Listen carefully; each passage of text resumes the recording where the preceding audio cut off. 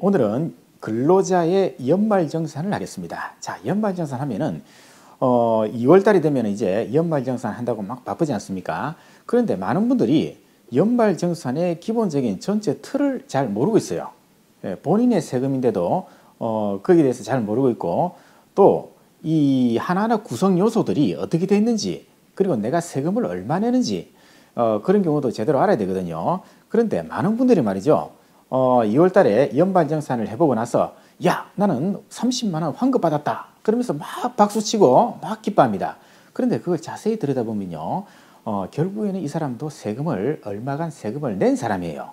그죠? 그런데 원천징수를 많이 해가지고 그걸 갖다가 나중에 돌려받는 것 뿐인데, 결국에는 그때 돌려받는 거기에만 정신이 집중돼 가지고 자기가 세금을 정확하게 1년에 얼마를 냈는지 그걸 모르고 그냥 박수치고 확 기뻐하고 그런 경우가 많이 있습니다. 그래서 오늘은 연말정산할 때 기본적인 서식이 있어요. 근로소득 원천징수 영수증이라고 있거든요.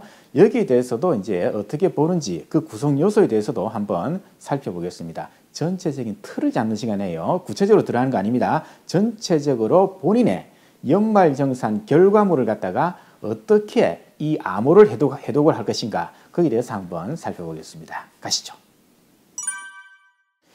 연말정산 기본 틀을 잡자 시간입니다. 기본적인 틀을, 전체적인 틀을 잡으면 그 다음부터는 연말정산을 하기가 아주 수월해집니다. 자, 가시죠. 일단 제일 먼저 우리가 알아야 될 거는요, 개인의 소득은 구분한다, 이걸 아셔야 됩니다. 우리가 개인은 말이죠, 1년 동안 벌어들인 소득을 갖다가 세금 신고를 해야 되는데 그걸 갖다가 종합소득이라고 부릅니다. 종합소득, 다시 말해서 개인의 소득은 총 6개로 구분을 하고 있습니다. 이자, 배당, 사업, 근로, 연금, 기타, 이 6개 소득으로 다 구분을 해가지고 여기에서 각자 세금을 계산하는 방식이 약간씩 다 다릅니다.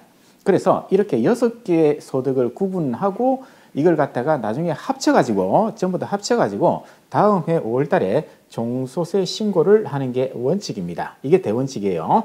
그런데 만약에 근로소득만 있는 사람이 있습니다. 내가 직장을 다니고 있는 직장인인데 그것 말고는 다른 소득이 하나도 없어요. 그죠? 근로소득만 있다면은, 내가 한 개의 직장만 다니고 있는 그런 직장인이다 그러면은 다음 해 2월 달에 연말정산만 하면은 끝입니다. 즉 5월 달에 종소세 신고를 안 해도 된다는 거죠. 그래서 근로소득만 있는 사람은, 이 사람은 다음 해 2월 달에 연말정산만 하면은 그걸로 세금은 끝난다, 이렇게 되어 있습니다. 자, 그러면 이제 전체적인 틀을 한번 다시 보겠습니다. 연말정산과 종소세 신고의 관계를 보겠는데요, 우리가 예를 들어 가지고 2020년도에 1년 동안에 내가 월급을 받았습니다. 그러면 다음 해 2021년 2월 달에 연말정산을 할 거 아닙니까? 그래가지고 연말정산 결과 환급이 나오면은 박수치고, 납부가 나오면은 이제 우울하고, 이게 바로 2월 달에 연말정산 아닙니까? 이 사람은요, 그런데 근로소득만 있는 사람이에요. 근로소득만 있는 사람은 2월 달 연말정산 해가지고 웃거나 울거나 그렇게 하면 끝이에요. 그런데 만약에 내가 사업소득도 있고 근로소득도 있더라, 이런 근로소득도 있고 내가 또 자영업을 또 같이 하더라, 그렇다면은 이 사람은 다음에 5월 달에 2월 달에 연말정산하고 3개월 뒤 5월 달에 종소세 신고, 종합소득세 신고를 해야 됩니다. 이때는 요 근로소득 있잖아요, 이거를 그대로 들고 오고 그 다음에 사업소득하고 두 개를 합쳐야 돼요. 그래서 사업소득에서 내가 이익이 많이 났다 그러면은 근로소득하고 합치기 때문에 세금이 많이 나올 거 아니에요. 자, 눌러주시죠. 그렇기 때문에 2월 달에 연말정산 해가지고 이렇게 웃었던 사람도 사업소득이 이익이 굉장히 많이 나가지고 이거 두 개 합치면 이익이 더 늘어날 거 아니에요. 그러면 이익이 늘어나면은 종소세, 세금은 늘어나는 구조이기 때문에 이때는 이제 울 수밖에 없죠. 이때 웃었다가 이때는 운다. 그런데 만약에 사업소득이 굉장히 큰 적자를 봤습니다. 엄청난 손실을 봤어요. 그럼 근로소득에서 플러스된 걸 갖다가 이걸 갖다가 이제 네팅을 쳐버립니다. 그죠? 그러면 플러스 마이너스가 되니까, 자, 눌러주시죠. 이 사람은 이때 울었지만은 이때는 다시 세금이 환급되는 그런 경우도 발생할 수 있습니다. 따라서 근로소득만 있는 사람은 2월 달에 이렇게 연말정산하면은 세금 문제는 끝이지만은 다른 소득이 같이 있을 때는 5월 달에 진짜 종소세 신고를 해가지고 정확한 세금을 계산하기 때문에 만약에 내가 사업소득이 있는 사람이고 근로소득도 있다. 그러면은 2월 달에 연말정산할 때 아예 연말정산을 안 해도 돼요. 안 한다는 말은요, 우리가 뭐 신용카드 얼마 썼고, 뭐 그 교육비, 의료비 이런 거 얼마 썼다 막 제출하는 거 있잖아요. 그거 하나도 제출하지 않고 그냥 그대로 기본적인 걸로 끝내버립니다. 그럼 세금이 좀 많이 나오겠죠. 그 상태에서 5월 달에 가서 다시 어차피 이 사람은 정산할 거니까 이때 2월 달에는 대충 해버리고 5월 달에 정확하게 하면은 이제 그때 세금이 정확하게 나오기 때문에 근로사업 이렇게 같이 있는 사람은 이때 연말정산을 열심히 해본들 별로 소용이 없단 말입니다. 어차피 5월달에 다시 해야 되니까 또 그런 관계가 있습니다. 자, 그러면 이제 세금 신고 방식을 한번 비교를 해보면요. 자영업자, 개인사업자하고 직장인, 즉 연말정산이죠. 비교를 좀 해볼게요. 자, 개인사업자는 종소세 5월달에 하죠. 다음 해 5월달. 이 사람은 연말정산 다음 해 2월달에 합니다. 개인사업자는요. 5월달에 종합소득세 신고, 종소세 신고를 하는데요. 이 사람은 2월 달에 연말정산을 한다 그랬죠. 그렇다면 이 사람은 자기 소득 신고에 대해서 신고서가 있겠죠. 이걸 갖다가 종합소득 신고서를 작성을 해가지고 국세청에 제출합니다. 그런데 이 사람은요. 연말정산의 결과물은 근로소득 원천징수 영수증 또는 근로소득 지급 명세서, 이 두 가지는 같은 말입니다. 즉, 이 사람은 직장인 이 사람은 근로소득만 있는 직장인은 연말정산한 결과는 바로 이렇게 부릅니다. 이걸 국세청에 제출하는 겁니다. 따라서 개인사업자는 종합소득세 신고서를 제출하고 세금을 내고 직장인은요. 근로소득 원천징수 영수증을 제출해서 세금을 낸다. 이렇게 되어 있습니다. 따라서 이것도요. 그 직장인의 세금 신고서다. 이렇게 보시면 돼요. 자, 그러면은 보시죠. 근로소득 원천징수 영수증, 근로소득 지급 명세서 이렇게 되어 있잖아요. 이 두 가지는 똑같은 말인데 이렇게 두 개를 동시에 적어놨습니다. 자, 보면요. 지금 뭐 여러 가지 그죠? 일반적인 회사 개요, 그리고 소득자 본인의 직장인 본인의 개요. 그 다음에 여기 보면요. 여러 가지가 있습니다. 1년 동안에 얼마를 받았는지가 쭉 나와 있죠. 이게 바로 근로소득 원천징수 영수증이고 이거는 2월 달에 연말정산을 하면은 전부 다 반드시 이게 생깁니다. 모든 근로자는요. 2월 달에 연말정산하면은 근로소득 원천징수 영수증이 반드시 작성이 되고 이걸 갖다가 3월 10일까지 국세청에 제출해야 돼요. 반드시 제출합니다. 그럼 국세청은 이제 여러분들 직장인들의 월급을 1년에 얼마 받았는지 세금을 얼마 냈는지 정확하게 알 수 있습니다. 그래서 직장인의 월급 받는 걸 유리지갑이다 이렇게 부르는 거 아닙니까? 국가는 모든 걸 다 알고 있습니다. 그래서 오늘 회사 가셔가지고 총무팀에 가가지고 야 이번에 내 거 2월 달에 연말정산 했던 거 근로소득 원천징수 영수증 하나 뽑아줘. 그러면은 이걸 쫙 줍니다.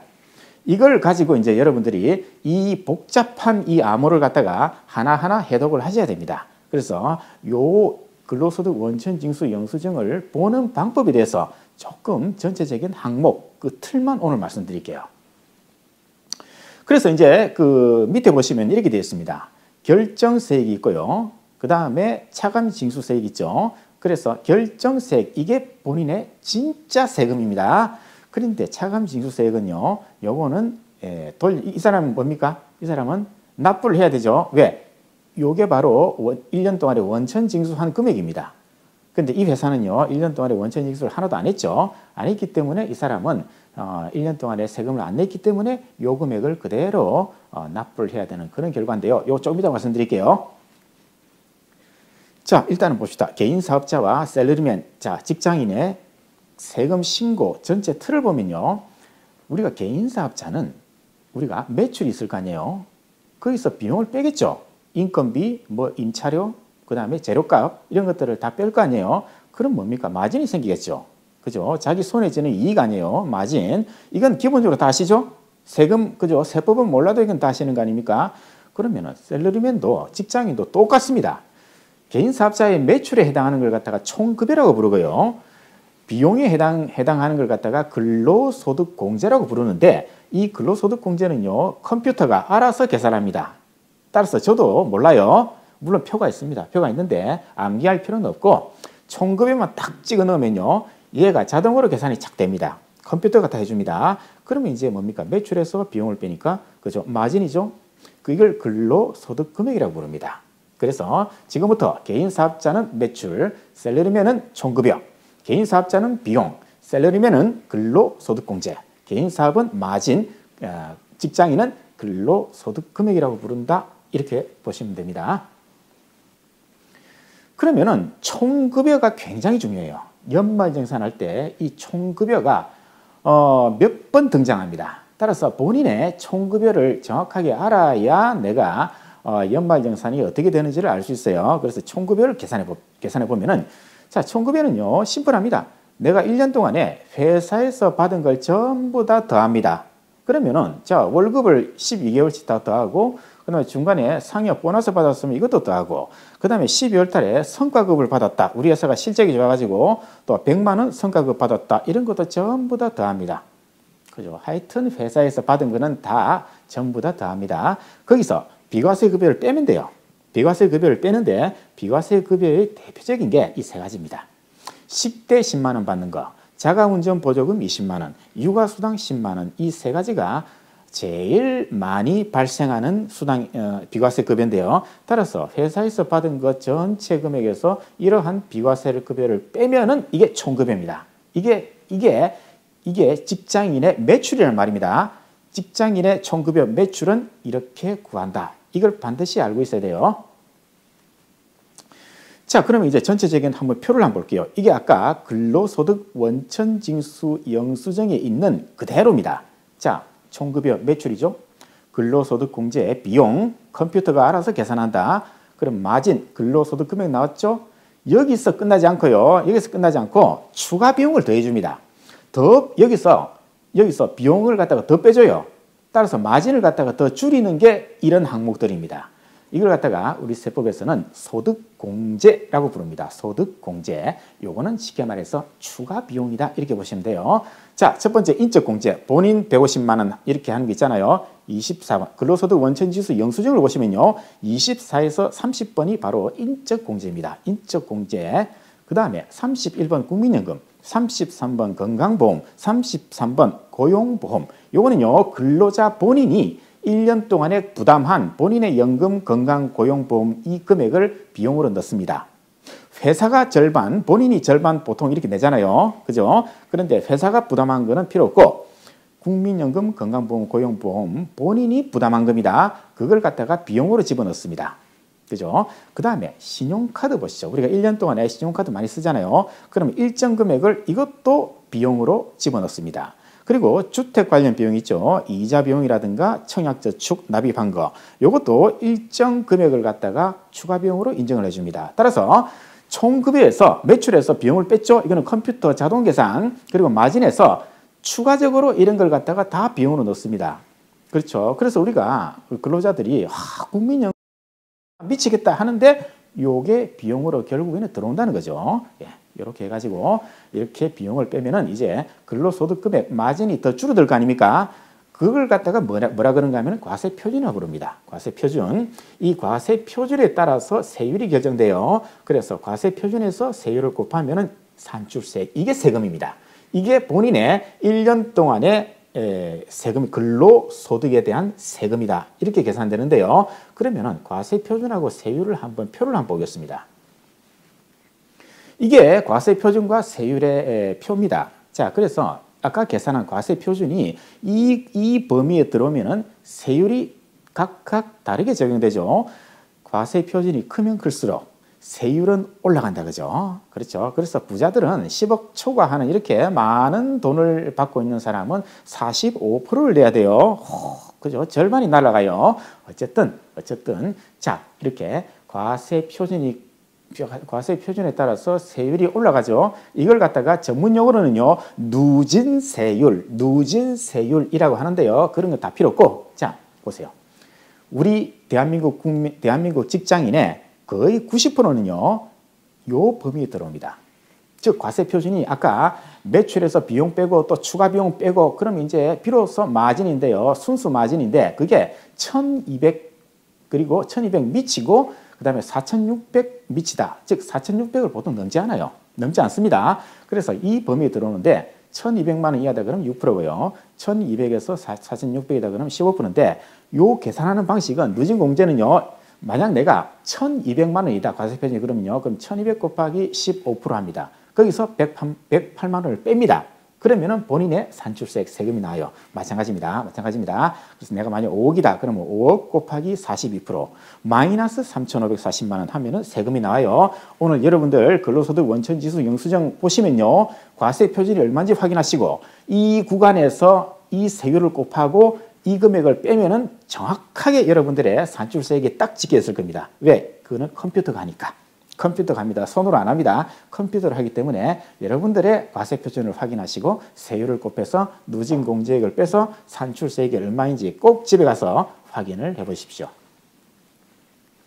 자, 이제 총급여 매출에서 비용 빼고 그래서 마진에서 추가 비용 빼면은 과세 표준 나왔죠? 세율 곱하죠? 그럼 산출세액 나왔죠? 요게 21번, 22, 23, 48, 49 여러분들의 근로소득 원천징수 영수증 보시면은 앞에 번호가 있어요. 그 번호가 바로 이겁니다. 한번 여러분들 확인해 보세요. 그래서 꼭 과세 표준하고 세율을 여러분들이 직접 곱해가지고 산출세액을 한번 계산해 보세요. 49번에서 이제 확인할 수 있죠. 자, 여기까지 나오면요. 기본적인 세금 계산이 끝났습니다. 그런데 여기서 끝이 아니죠. 자, 이게 옵니다. 세액 감면 세액 공제라는 게 있어요. 즉, 세액 감면 세액 공제는요. 세금 할인입니다.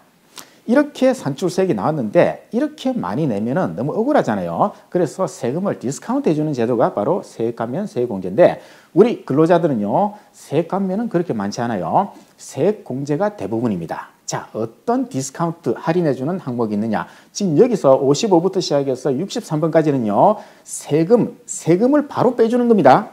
세금을 바로 빼주기 때문에 이게 굉장히 직접적으로 큰 효과가 있는 절세 항목이 되겠습니다.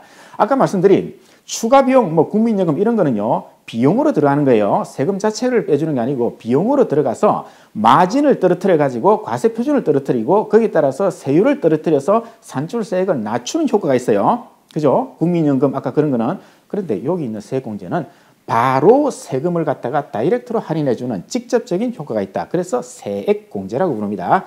55. 근로소득세액공제. 이것도 마찬가지로 컴퓨터가 자동으로 계산합니다. 그죠? 총급여를 탁 찍으면요. 얘가 자동으로 계산돼요. 그 다음에 자녀세액공제. 그죠? 내가 7세부터 20세까지 자녀가 있다. 그러면은 한 사람당 15만 원씩 세금을 빼주는 거. 그 다음에 연금저축 있죠. 노후를 대비하기 위한 연금에 가입했다. 그럼 연금저축 그 금액에 12% 또는 15%를 갖다가 세금을 할인해 주는 게 있죠. 그 다음에 보장성 보험료, 우리 자동차 있는 분들, 자동차 보험료 있잖아요. 거기에 대해서 또 일정 금액을 세금을 할인해 주고, 의료비, 교육비, 기부금, 이런 식으로 세금을 할인해 주는 항목, 즉 세액공제 항목까지 전부 다 빼야 됩니다. 그죠?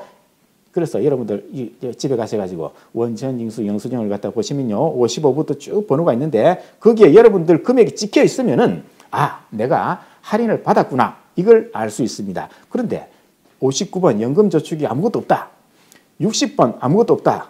60일 다 아무것도 없다. 그러면은 내가 세금을 할인받을 수 있는 그게 아무것도 없구나. 그러면 이제 연금저축을 가입해야겠네. 아니면 내가 기부를 해야겠네 등등 그렇게 여러분들도 본인의 세금을 갖다가 이제 컨트롤할 수 있다 이렇게 보시면 되겠죠. 자, 매출에서 비용 빼고 마진에서 추가 비용 빼니까 그죠? 자, 그럼 과세표준 나오고 세율 곱했고 산출세액 나왔고 세액 감면 세액 공제 하니까 비로소 뭐가 나왔느냐? 71번 다시 한 번 더 71번 결정세액이 나왔습니다. 이게 제일 중요합니다. 71번 결정세액이요. 결정세액이 자기 자신의 1년 동안에 월급 받은 거기에 대한 최종 확정세금입니다. 이게 1년 동안에 국세청에 내가 납부하는 세금이에요. 이게 제일 중요합니다. 그런데 그 밑에 보시면요. 74번 보시면요. 기납부세율이라는 게 있어요. 이게 뭐냐면은 매월 원천징수를 하잖아요. 매달 조금씩 세금을 갖다가 납부한 게 있어요. 그 금액을 갖다가 빼주는 겁니다. 70일, 이게 진짜 세금에서 내가 1년 동안에 12번 원천징수를 당한 그 금액을 빼주면은 이게, 자, 눌러주시죠. 플러스가 이게 마이너스가 되면은, 그죠? 이것보다 작다. 다시 말해서 내가 기납부세액이 더 크다면은 환급 받을 거 아니에요. 그럼 해피 웃겠죠? 자, 눌러주시죠. 그런데 이게 뭡니까? 이게 71번이 74번보다 훨씬 크다. 그러면은 그 차이 나는 것만큼은 더 내야 될 거 아니에요. 그래서 이게 바로 연말정산이다 이겁니다. 연말정산 결과는 76번에서 확정이 되는데요.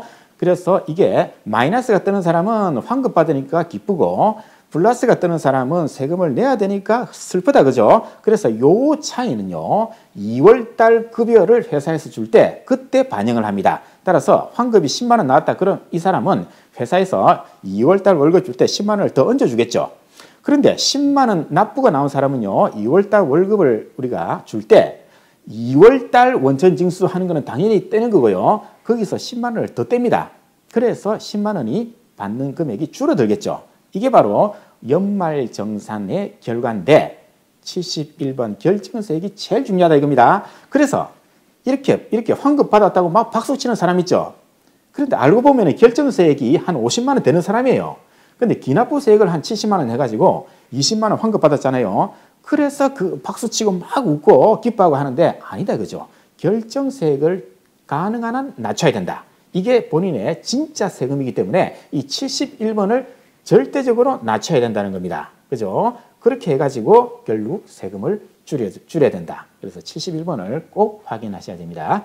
그러면은 그래서 실제로 근로소득 원천징수 영수증 1페이지입니다. 맨 앞 페이지를 보시면요. 이게 나와요. 나오는데 자, 제가 방금 설명드릴 때 71번이라 그랬는데 72번이에요. 자, 죄송합니다. 72번 결정세액입니다. 자, 72번 결정세액 이게 본인의 진짜 세금이라 그랬죠. 이게 12만 7천 원 정도 되는 거 거기다가 지방소득세 10% 붙어요. 자, 어쨌든 요게 본인의 진짜 세금이에요. 진짜 세금. 그런데 74번 보세요. 이게 뭐냐면 기납부세액이잖아요. 기납부세. 그죠? 이게 원천징수 당한 금액입니다. 그런데 이 회사는요. 1년 동안 한 번도 원천징수를 안 했어요. 제로죠. 그렇기 때문에 당연히 이 사람은 연말정산하면 얼마로 더 내야 됩니까? 요 금액을 그대로 내야죠.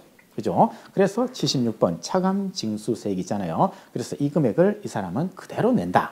따라서 이 사람의 세금은 진짜 세금은 얼마입니까? 12만 7천 원이에요. 요거예요. 요 금액이 진짜 세금이에요. 그런데 어떤 사람은 요게 73 원천징수한 게 한 30만 원 했다.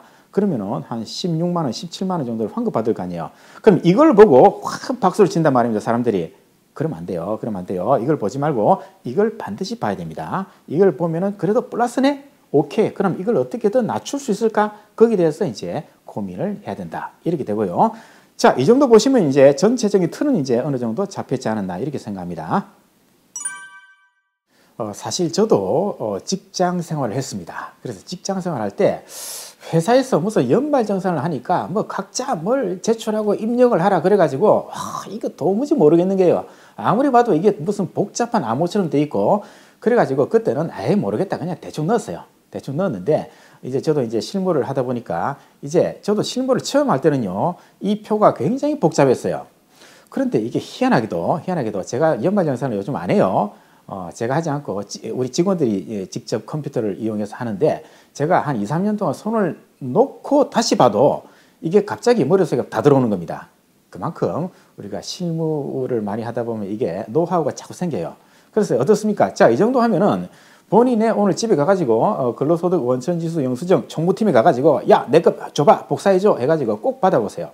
받아보시면 이제 하나하나 제가 설명드린 그 번호를 추적하십시오. 그러면은 이게 비용을 줄이는 역할을 하는 애구나. 국민연금 이런 것들은 그게 아니고 연금 뭐 저축 가입해가지고 그거는 이건 세금을 바로 빼주는 거구나. 이게 구분을 할 수 있습니다. 그렇게 그 두 가지를 구분할 수만 있어도 그죠? 상당히 발전한 겁니다. 그리고 72번 다시 한번 기억하세요. 72번 결정세액은 본인의 진짜 1년 세금이다. 여기까지 기억하시면요. 그 다음부터는 이 표를 보는 방식이 눈이 달라집니다. 그죠? 그래서 또 이제 오늘 이 정도 하고요. 자, 다음 시간에는 또 하나하나 세부적으로 조금 들어가 볼게요. 예.